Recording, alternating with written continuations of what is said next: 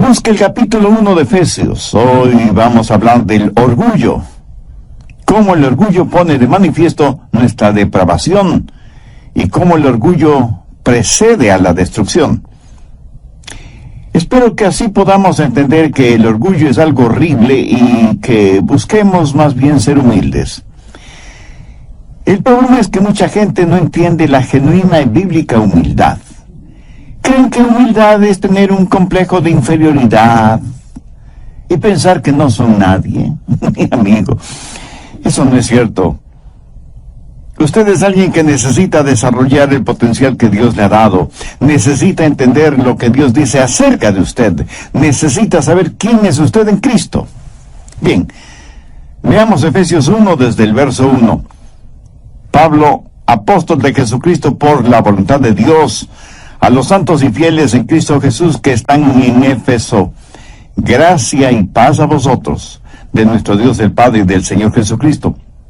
Bendito sea el Dios y Padre de nuestro Señor Jesucristo, que nos bendijo con toda bendición espiritual en los lugares celestiales en Cristo, según nos escogió en Él antes de la fundación del mundo, para que fuésemos santos y sin mancha delante de Él, en amor, habiéndonos predestinado para ser adoptados hijos suyos por medio de Jesucristo, según el puro afecto de su voluntad, para alabanza de la gloria de su gracia, con la cual nos hizo aceptos en el amado.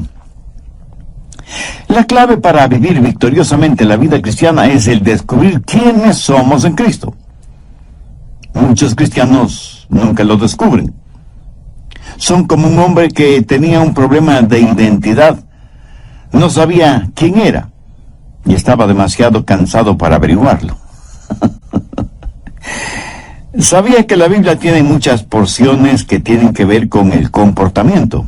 Por ejemplo, Efesios 6 nos dice que debemos ponernos toda la armadura de Dios y prepararnos para la batalla. O el capítulo 12 de Romanos, que nos dice las cosas que debemos hacer y las que no debemos hacer.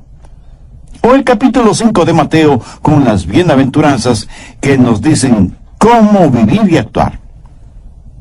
Pero quiero que entienda bien lo siguiente acerca del cristianismo. No es una modificación de comportamiento, aunque muchos piensan que sí. Dios no modifica nuestro comportamiento para poder cambiarnos. Dios nos cambia para que modifiquemos nuestro comportamiento. Recuerde que el pecado es un trabajo interno.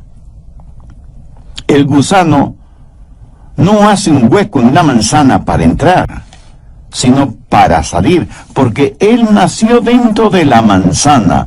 Lo mismo es con el pecado. El pecado sale del corazón del hombre. Por eso Dios trabaja primero en el corazón del hombre. Usted no purifica el agua pintando de blanco el filtro, así como no puede purificar su vida con modificaciones externas. Hacerlo así es estar practicando el legalismo, y eso es mortal. En Efesios 1, Pablo nos dice quiénes somos, y esto es primordial entenderlo. En los capítulos 2 y 3 nos dice cómo es que llegamos a ser lo que somos en Cristo.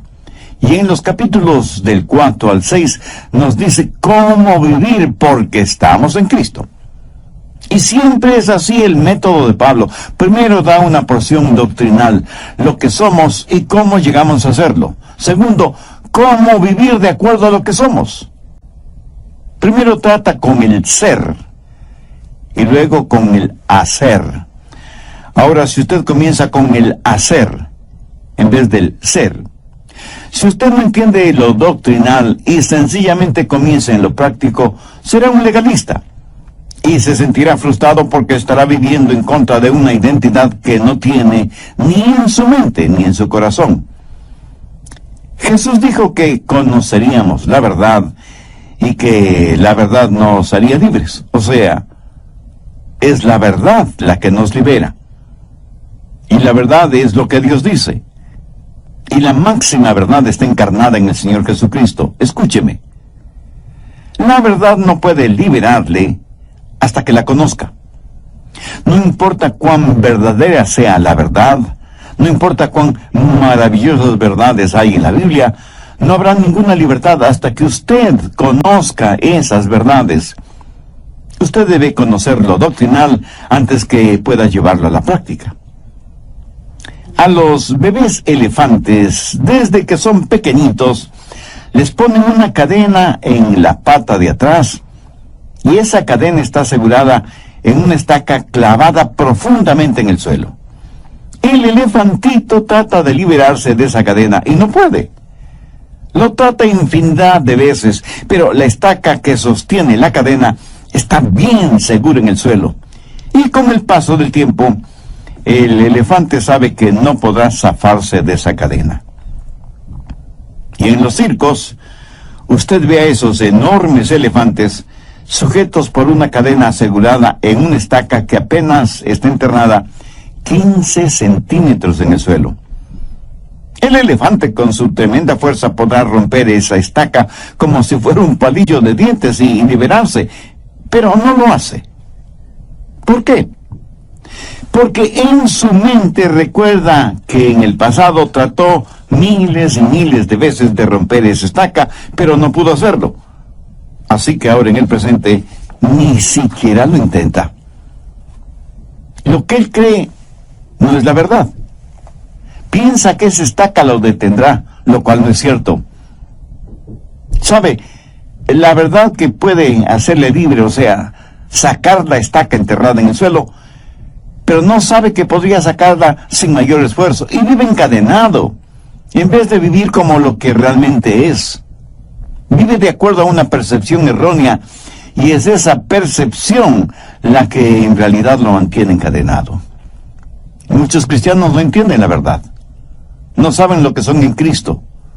Nunca han entendido su propia imagen. No saben lo que tienen en Cristo, por lo tanto no conocen la verdadera libertad. Han bloqueado sus mentes espiritualmente y se dicen: ay, no puedo hacerlo, no puedo liberarme, no puedo tener éxito, estoy encadenado a este hábito, estoy encadenado al fracaso y al limitado conocimiento. Mi amigo, eso no es verdad. Pero si creemos que lo que creemos es verdad, terminará siendo verdad en nosotros. Muchos cirujanos especializados en cosmetología plástica dicen que muchos de sus clientes, aún después de una exitosa cirugía plástica, se ven a sí mismos deformes físicamente. Voy a compartir con usted 3 cosas para que tenga una positiva autoimagen, para que comprenda lo que Dios dice acerca de usted. Esto le dará una saludable autoimagen y hará resaltar en usted la verdadera humildad. Primero, reconozca su justicia. Efesios 1:1. Pablo, apóstol de Jesucristo por la voluntad de Dios, a los santos y fieles en Cristo Jesús que están en Éfeso. Si usted está en Jesucristo, si le ha recibido como su Salvador en forma personal, si ha sido bautizado por el Espíritu Santo y pertenece al cuerpo de Cristo, si usted se ha arrepentido de sus pecados y por fe ha confiado en Jesús, usted, mi amigo, mi amiga, ya es salvo. Y no solo eso, usted es un santo, aunque usted no lo crea. La jerarquía de la Iglesia romana escoge a ciertos individuos, hombres y mujeres, que han logrado ciertas cosas en sus vidas religiosas y los canoniza. O sea, los declaran santos y santas. Escuche, nadie me puede hacer un santo, porque ya lo soy. Usted está escuchando a San Adrián. Y no lo estoy diciendo con arrogancia o por vanidad, sino porque es verdad. Y no lo digo yo, la palabra de Dios lo dice. Y si usted es ya salvo, usted también es un santo o una santa. Hay 2 clases de personas: las que son santas y las que no lo son. Y usted y yo, o somos lo uno o somos lo otro. Ahora, ¿qué significa la palabra santo? Pablo llama a todos los creyentes en Éfeso santos. Significa una persona la cual Dios ha justificado y la ha apartado para sí mismo. Y alguien me dirá, el pastor Rogers, yo no soy tan santo. Escuche, o se es santo o no se es. Nadie puede ser medio salvo o medio santo. El ser medio salvo es estar totalmente perdido. Otros, tratando de aparentar humildad, dirán, yo no creo que debo llamarme un santo. Permítame decirle lo que la humildad es. Humildad es aceptar lo que Dios dice acerca de usted. Y Dios dice que si usted es un santo, usted es un santo, ¿no le parece? Hay personas que son muy difíciles de guiarles a Cristo porque no creen y menos aceptan lo que Dios dice, no acerca de su condición de pecadores, sino también acerca de su santidad cuando ya son salvos. Algunos cristianos no quieren llamarse santos porque dicen, no son lo suficientemente buenos. Escúcheme, Cristo murió por usted. Y si usted, por ser salvo, es uno de los santos, ¿qué derecho tiene usted de decir que no es bueno? Otros dicen, no soy lo que debo ser. Y aunque eso suene a humildad, no lo es. Eso es rebeldía. Permítame preguntar, si usted no es lo que debe ser, ¿por qué no lo es? ¿Piensa que Dios aceptará eso como una excusa? Dios le llama santo. Y si usted pregunta, pastor, ¿eso quiere decir que debo ser impecable? No. Nadie puede ser impecable, solo Jesús. Pero usted sí puede ser sin mancha. Mire Efesios 1:4. Según nos escogió antes de la fundación del mundo, para que fuésemos santos y sin mancha delante de Él. Cada cristiano debería ser sin mancha delante de Él. Somos santos de Dios. Y usted me dirá, pero pastor, yo no soy perfecto. Mi amigo, a los ojos de Dios, si usted es santo, Dios lo ve como perfecto. Busque Romanos 4:4. Pero al que obra, no se le cuente el salario como gracia, sino como deuda. Eso quiere decir que si usted pudiera salvarse por ser buenito, estaría ganando su propia salvación. Y que Dios está en deuda con usted. Mi amigo, Dios no le debe nada a nadie. Ahora mire el verso 5. Mas al que no obra, sino cree en aquel que justifica al impío, su fe le es contada por justicia.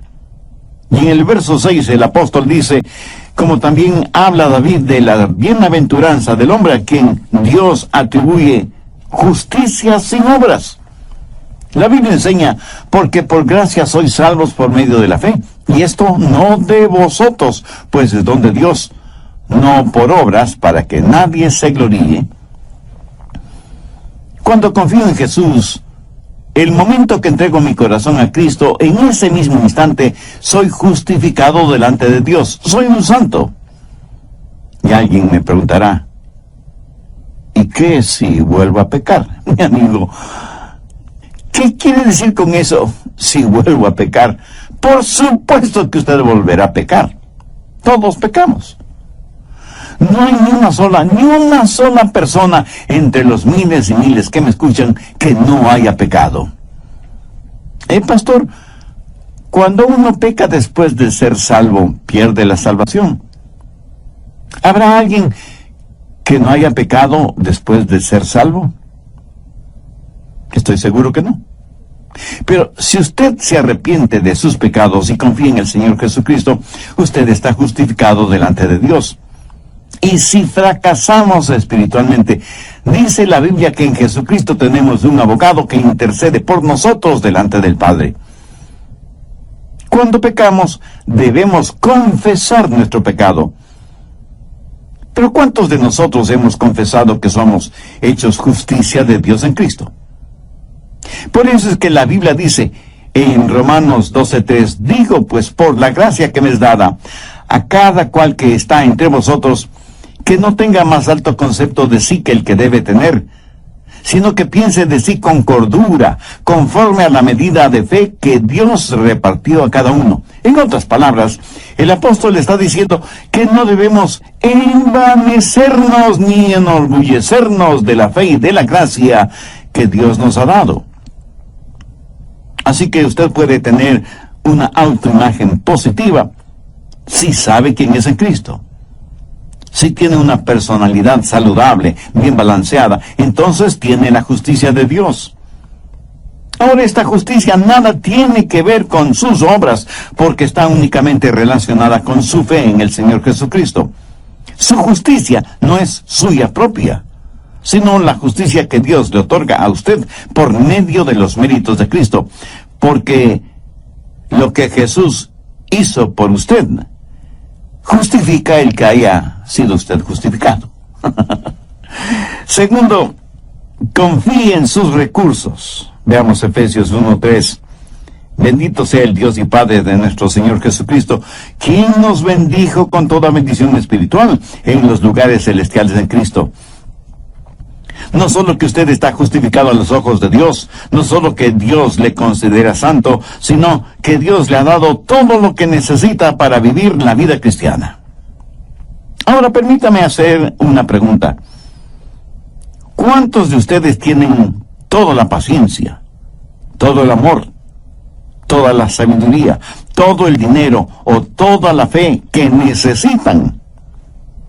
Y muchos responderán: no tengo lo suficiente de todas esas cosas que necesito. Gracias por su honestidad. Pero, ¿qué es lo que nos dice el verso 3? Nos dice que Dios ya nos ha bendecido con toda bendición espiritual en los lugares celestiales en Cristo. Entonces, ¿quién tiene la razón, usted o Dios? Dios dice que usted tiene todo lo que necesita para su vida cristiana. O sea, tiene toda la paciencia, todo el amor, toda la sabiduría, todo el dinero y toda la fe que necesita. Y no faltará quien me pregunte: pastor, si ya lo tengo, ¿cómo es que no lo tengo? Mi amigo, eso es porque usted no ha entendido lo que tiene. No se ha visto a usted mismo poseyéndolo. Y como no concibe poseyéndolo todo, vive como si no poseyera nada. Recuerde que en la vida cristiana primero viene lo doctrinal, luego lo práctico. Y para comportarse como cristiano tiene que saber y entender que usted ya está en Cristo. No solo debe reconocer la justicia que le ha sido otorgada, sino que debe confiar en sus recursos espirituales. Cuando usted sabe la verdad, esa verdad le hará libre.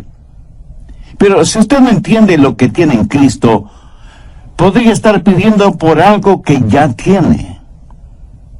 Ahora recuerde que Dios nunca le pedirá a usted algo que Él mismo no le haya dado. Todo lo que Dios demanda de nosotros es porque ya nos lo ha dado. Y de acuerdo a Efesios 1:3, Dios ya nos ha bendecido con toda bendición espiritual en los lugares celestiales en Cristo.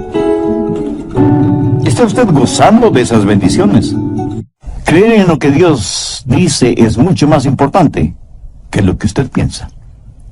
Cuando usted comprende lo que Dios dice, cuando usted entienda la verdad de Dios, esa verdad le liberará. Usted tiene que reconocer la justicia que le ha sido otorgada, y usted es justo delante de Dios en Cristo Jesús. Y por eso Dios nunca más se acordará de sus pecados. Sin embargo, eso no significa que Dios no le disciplinará si es que usted desobedece. Pero nunca usará ese pecado para acusarle. Anote al margen 2 de Pedro 1:3. Como todas las cosas que pertenecen a la vida y a la piedad, nos han sido dadas por su divino poder mediante el conocimiento de aquel que nos llamó por su gloria y excelencia. En Romanos 8:9 leemos: mas vosotros no vivís según la carne, sino según el Espíritu, si es que el Espíritu de Dios mora en vosotros. Y si alguien no tiene el Espíritu de Cristo, no es de Él. Todos tenemos el Espíritu Santo en nosotros si es que somos salvos, y es por medio de Él que Jesús vive en nosotros. Si Cristo no está en nosotros, entonces no somos salvos. ¿Y cómo es que Cristo mora en nosotros? No corporalmente. Él viene por medio de su Espíritu Santo, y cuando creemos somos bautizados por el Espíritu Santo en el cuerpo de Cristo. Cuando estamos en el Espíritu, quiere decir que el Espíritu está en nosotros y nosotros somos de Cristo y Cristo está en nosotros. Por favor, escúcheme con atención. El Espíritu Santo es Dios en cada creyente. Algunos hermanos pentecostales a veces me preguntan si he recibido la segunda bendición. Y yo les contesto que para mí la segunda bendición es entender bien la primera. Muchos de nosotros en realidad no nos damos cuenta lo que obtuvimos cuando nos salvamos. No solo el perdón de nuestros pecados y vida eterna, sino que también recibimos al Espíritu Santo de Dios y con Él, y en Él, al Señor Jesucristo. Esa es la más importante bendición que uno puede recibir en la vida. Cuando yo recibí esa bendición, mis ojos espirituales fueron abiertos y aprendí que Él me había bendecido con toda bendición espiritual en Jesucristo. Cuando usted se salvó, cuando nació de nuevo, le fueron dadas todas las bendiciones de Dios. Dios no nos da de su Santo Espíritu por etapas. Pablo lo asegura al decir: bendito sea el Dios y Padre de nuestro Señor Jesucristo, quien nos bendijo con toda bendición espiritual en los lugares celestiales en Cristo. Y el apóstol Pedro en su segunda epístola, el capítulo 1, verso 3 dice: como todas las cosas que pertenecen a la vida y a la piedad nos han sido dadas por su divino poder. ¿Cómo lo obtenemos? Mediante el conocimiento de aquel que nos ha llamado para su gloria y excelencia. O sea, nos ha dado todo lo que necesitamos para vivir la vida cristiana. Usted no necesita nada más, pero tampoco nada menos. Por eso la Biblia dice en Juan 8:32, y conoceréis la verdad, y la verdad os hará libres. Cuando usted entiende quién es en Cristo y reconoce que ha sido justificado, Dios le llama santo.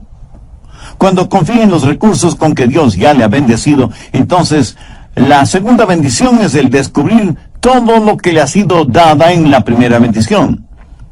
Y el resto de su vida lo pasará descubriendo todo lo que obtuvo desde el mismo momento en que pasó de muerte a vida. O sea, todo lo que recibió desde el instante en que aceptó a Cristo como su Salvador. ¿Qué más podría necesitar? Dios ya no nos bendijo con toda bendición espiritual en los lugares celestiales en Cristo. Tercero, descanse en su relación. Busque Efesios 1:6. Para alabanza de la gloria de su gracia, con la cual nos hizo aceptos en el amado. Su relación es una de aceptación. No solo en que usted ha aceptado a Cristo, sino que Él le ha aceptado a usted. Mire esa frase, en el amado. Es una referencia directa al Señor Jesucristo. Por lo tanto, lo que es cierto acerca del Señor Jesucristo es también cierto acerca de usted. Cuando el Padre desde el cielo miró a su Hijo siendo bautizado, dijo: este es mi Hijo amado en quien tengo complacencia. Si usted está en Cristo, es aceptado en Él por el Padre. La razón por la que muchos no tienen una positiva autoimagen es porque tienen una personalidad distorsionada por un sentimiento de rechazo. Algunas veces se le llama complejo de inferioridad. ¿Por qué tenemos esa clase de sentimientos? Bueno, porque es parte de nuestra naturaleza adánica. Cuando Adán pecó, su pecado causó rechazo por parte de Dios. ¿Qué sucedió con Adán y Eva después que pecaron? Tuvieron que salir del jardín del Edén, fueron rechazados.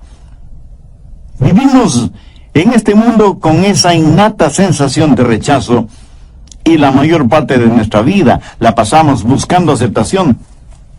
Queremos ser aceptados, pero nos volvemos orgullosos. Tratamos de hacer cosas y nos esclavizamos a ellas. Vivimos por lo que otros piensan. Vivimos de acuerdo a lo que la mayoría impone, aunque sea negativo y ofensivo delante de Dios. Definitivamente nos importa más la opinión que los hombres tengan de nosotros que la opinión de Dios. ¿Por qué los jóvenes dejan una buena casa en donde tienen rica comida, buena ropa, abundante agua para bañarse, una agradable cama y el amor de sus padres? ¿Por qué se van de sus casas para vivir en comunidad con otros jóvenes desordenados, sin bañarse, sin cambiarse de ropa, comiendo solamente alimentos enlatados y durmiendo en colchones sucios en donde seguramente han dormido muchos otros jóvenes sanos y enfermos? ¿Por qué lo hacen? Sencillamente porque se sienten aceptados. Porque asisten masivamente a los conciertos de rock pesado. Y no me digan que es porque les gusta la música. Eso es puro cuento. Eso podrá ser cualquier cosa menos música. Ellos pueden pensar que les gusta, pueden ser adictos a esa clase de ruido, pero eso no es natural. Eso solo significa que sus oídos y sus gustos musicales están atrofiados. Lo mismo sucede con el licor y con los cigarrillos. Cuando comienzan a beber o a fumar, se enferman, pero siguen bebiendo y fumando hasta que se vuelven adictos. Cuando los jóvenes van a esos conciertos, van no tanto por la música, sino por el sentido de aceptación, por saber que pertenecen al grupo, quieren ser parte de algo, porque tienen la idea de que sus padres no les aman, se sienten rechazados y por eso buscan un lugar extraño, falso, artificial, en donde aprenderán todo lo malo y rechazarán todo lo bueno. Y para ser aceptados, deben vestirse de cierta manera. Los supermercaderes transnacionales dicen que para ser aceptados hay que usar cierta pasta para dientes, cierta moda de ropa, cierto estilo de peinado y hasta cierta forma de hablar. Si no cumplimos con esos parámetros, seremos rechazados. Muchos que se dicen creyentes tienen esta necesidad de aceptación. Aún después de ser salvos, fracasan en entender que ya son aceptados en el amado. Y muchos creyentes se vuelven legalistas y hacen esfuerzos sobrehumanos para ser aceptados y para que Dios les ame. Y piensan, si voy a la iglesia más frecuentemente, o si doy más dinero en las ofrendas, o si oro más intensamente, o si estudio la Biblia, o si memorizo un buen número de versículos, tal vez logre que Dios me ame y me acepte. Mi amigo, mi amiga, eso es trágico. ¿No le parece? Escúcheme.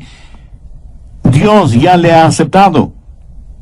Así que deje de hacer tanto esfuerzo. Dios en su infinita gracia ya le ha aceptado. Grabe en su mente y corazón las palabras de Pablo. Nos bendijo con toda bendición espiritual en los lugares celestiales en Cristo. Dios no le cambia para poder amarle, es todo lo contrario. Dios le ama para poder cambiarle. ¿Lo entiende? De hecho, Él le amó a usted antes de que usted fuera salvo. En Romanos 5:8 el apóstol Pablo dice, mas Dios muestra su amor para con nosotros en que siendo aún pecadores, Cristo murió por nosotros. Pero debemos entender que aunque Dios ama al pecador, de ninguna manera lo acepta si es que ese pecador no se ha arrepentido de sus pecados. Pero cuando se arrepiente y recibe a Cristo en su corazón por fe, entonces por la gracia de Dios, el pecador es aceptado porque ya está en el amado. En el Antiguo Testamento se relata la historia de Mefiboset, hijo de Jonatán. Y Jonatán habían hecho un pacto de sangre basado en el amor que se tenían, para tener comunión mutua, pelear las batallas del uno y del otro, y compartir todo cuanto tenían. Este pacto cubría también a los hijos. Y Jonatán tuvo un hijo, Mefiboset, que era heredero al trono si es que su padre, Jonatán, heredaba el trono de Saúl, rey de Israel, padre de Jonatán y abuelo de Mefiboset. Pero Saúl y Jonatán murieron, y David fue ungido como rey de Israel. Por el temor de que David como rey quisiera eliminar cualquier vestigio de la descendencia de Saúl, una comadrona tomó al pequeño Mefiboset para ocultarlo, pero al correr con el niño en sus brazos tropezó y cayó, y las piernas de Mefiboset se fracturaron, y él quedó lisiado para toda la vida. La mujer llevó al niño hasta un pequeño pueblito llamado Lodebar, en donde Mefiboset creció temiendo y odiando a David. ¿Por qué? Porque nada sabía acerca del rey David. No sabía que David le amaba. No sabía del pacto de sangre que Jonatán, su padre, y David habían hecho. Y la causa de la rebelión de Mefiboset en contra de David era el resultado de creer mentiras acerca de David. Ignoraba la verdad. Debido al pacto entre David y Jonatán, Mefiboset, era amado por David. Pero después de varias circunstancias, David encontró a Mefiboset y lo hizo traer al palacio. Frente a David, Mefiboset puso su rostro en el suelo, pensando que David lo mataría ahí mismo. Pero David le dijo: Mefiboset, yo no quiero matarte. Yo quiero bendecirte. Quiero tratarte como uno de mis propios hijos. Quiero que tengas la herencia que te corresponde y que siempre te sientes conmigo a la mesa real. Te amo y quiero honrarte y bendecirte. ¿Por qué David hizo todo esto? Por el pacto que había hecho con Jonatán. David aceptó a Mefiboset por ser el hijo de Jonatán, y debido a ese pacto, cuando supo de la existencia de Mefiboset, lo buscó hasta encontrarlo, lo trajo al palacio y lo aceptó como si fuera su propio hijo y le bendijo como tal. ¿Por qué soy aceptado por Dios? No porque yo sea alguien especial, no por ninguna de las cosas notables que haya hecho. Dios me aceptó por amor a Cristo. Busque Efesios 4:32. Antes sed benignos unos con otros, misericordiosos, perdonándoos unos a otros como Dios también os perdonó a vosotros en Cristo. Delante de Dios, en Cristo soy hecho justicia, y necesito reconocer la justicia, necesito confiar en los recursos que Dios me ha dado. Pero no solo eso. También necesito aceptar mi relación. Soy acepto en el amado, y debo dejar de tratar de ganar mi camino hacia Dios. Escúcheme atentamente. La santidad no es el camino hacia Cristo. Cristo es el camino hacia la santidad. El otro día, en un artículo bíblico relacionado con la llenura del Espíritu Santo, leí lo siguiente: si queremos ser llenos con el Espíritu Santo, debemos vivir vidas justas y buenas. Y yo pensé, creo que esto debe ser al revés. Si queremos vivir vidas justas y buenas, debemos ser llenos del Espíritu Santo. Y esto no es un juego de palabras, piénselo. Si por nosotros mismos pudiéramos vivir vidas justas y buenas, ¿qué necesidad tendríamos de ser llenos del Espíritu Santo? Debemos llegarnos a Dios como somos y humildemente decir: Señor, aquí estoy. Y Él nos dirá: eres aceptado.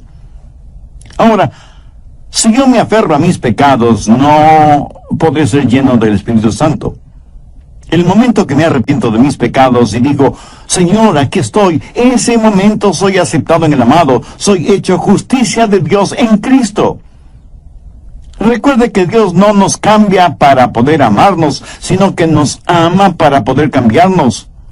y que la santidad no es el camino a Cristo, sino que Cristo es el camino a la santidad. En Cristo tenemos todas las bendiciones espirituales que necesitamos. Y en Él somos recibidos y somos aceptados por el Padre.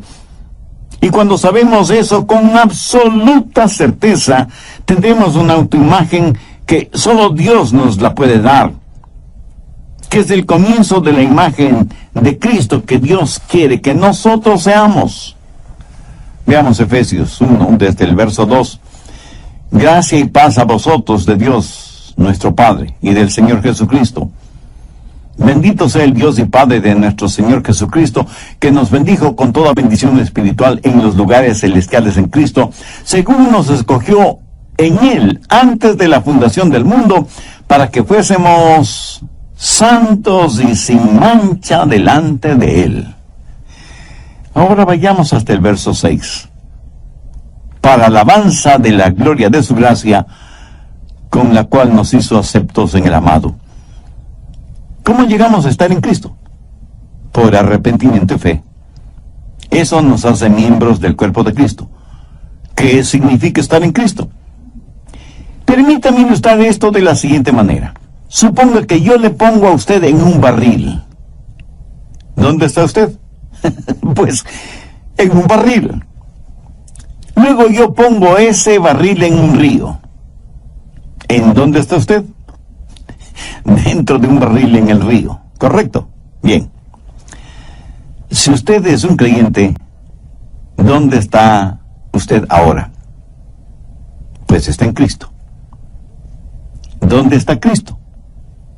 En los lugares celestiales.